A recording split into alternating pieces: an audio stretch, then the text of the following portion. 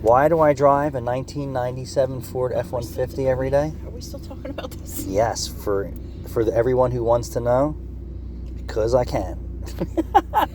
This tree where I want to go. It has heat, it has air conditioning, power steering, automatic trans. Yeah, she's got a couple little cracks in it, but this vehicle takes me everywhere everyone else's vehicle goes. And probably less.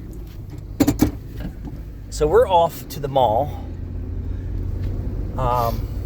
in my 97 F-150 rusted out body. Listen how quiet this thing is. Quiet. She's not that quiet. We take this truck everywhere. We're going to go to the mall, get some steps in, maybe do some shopping. I wanted to give look, that's probably better on gas though. And I'm not making a $500 a month payment like that guy. Or that guy. Or anybody around here. This guy's got a great car.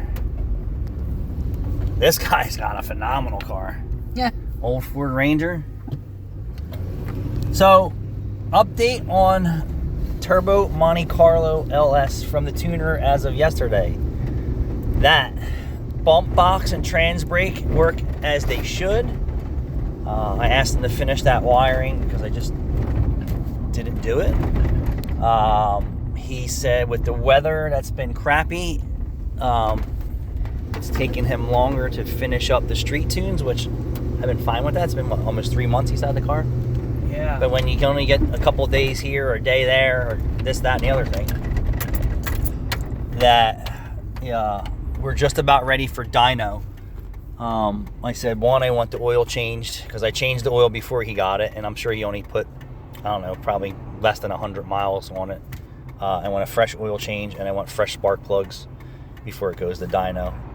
Oil's cheap, engines are expensive, especially that engine's expensive. So, new oil, fresh oil change, and spark plugs before dyno. He said that he wants to turn the boost up a little bit to see how everything works. It was already at 10 pounds and it was insane. I can't imagine if he's going to turn it up to 12 or 15, how much more of an insane ride it's going to be. But everything's going well there, and I'm happy to hear that a vehicle I basically built by scratch and with custom parts. I mean, this short block was built by my engine guy, but everything else I did myself. Chassis, turbo kit, fuel system, on and on. There's so many custom modifications on that car that just makes it one of a kind. So hopefully we get a break in the weather and he can get out on the street and turn the boost up a little bit and see how everything is holding up. And then he said once it takes a little bit more than 10 pounds of boost, he's satisfied and he's ready to go to dyno. I don't think we're going to need to make more than 15 pounds of boost or 18 pounds of boost to make 1,000, maybe 1,200. We're not sure. You know, my goal was 1,200 on E85 and maybe around 1,000 on pump gas. Remember, we're running air to water, a big fuel system, big injectors, and a big turbo. So I'm pretty excited about that. I miss driving it, and it has heat and air conditioning and power steering and everything else everyone else has in their new cars. I mean, I don't want Apple CarPlay in there, but maybe I will do a little stereo in there because it is a driver. I plan on driving that everywhere. I bet you the neighbors think that since they called the cops on me so many times that I sold the car, I got rid of the car. I'll be back. The car will be back, and it will be probably louder. It's probably going to be louder because the tune's going to be a lot different. But I can guarantee that because it happened right after. I am sure they are like, oh, we called the cops and he got rid of his car. No, that ain't the case. I will be back driving my car every day. You thought you guys could get rid of me? That's not going to happen. I would just build a louder car. No problem. Or I'll just bring my plow truck home that's loud.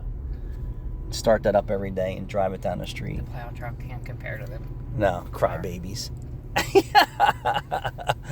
So that's the update. Hopefully we're talking dyno within the next week or two. We're gonna rent. He doesn't have a dyno, so he's just doing street tunes.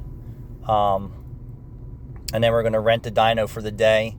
Hopefully Jude has his car ready to go so that he can get on the dyno with his car and get some of this stuff dialed in on his car. But I don't know if he even finished the supercharger install. If he did finish the supercharger install, he has to put the whole fuel management system in, which is pretty easy. Strip out the old LS1 ECU and harness, put in a standalone. He should be able to get his Corvette to dyno day. We're gonna put bigger tires on the back of the Montecarlo. I have an 8-inch wide tire. I did mini tub it myself, and I'm going to see if we can't stuff a 10 back there, 10-inch wide. I think I can get a 12 back there, but we're going to see. But I'm excited. Hopefully it stays together over 10 pounds of boost, which I feel very confident in that. And I will bring you some more hot rod stuff from Meineke, Cinnamon, and myself and the guys. But I'm excited to hear that nothing blew up and nothing fell apart. I mean, that happens every day with building race cars and hot rods. I mean, if you watched the last race that was on TV, that, you know, these guys are breaking cars left and right. Cletus broke his car. A bunch of other guys broke their cars. It's just what it is when you have high performance vehicles. So I just wanted to give everybody an update on that because I've been kind of silenced on that part of the Montecarlo. If you haven't seen my Montecarlo, go back and look at my videos of all the custom work that I did myself on that car. It is insane. Thanks for watching. We're at the Cherry Hill Mall. We might go to Victoria's Secret and do some adult content in the dressing room. Really? All right, thanks for watching. Bye.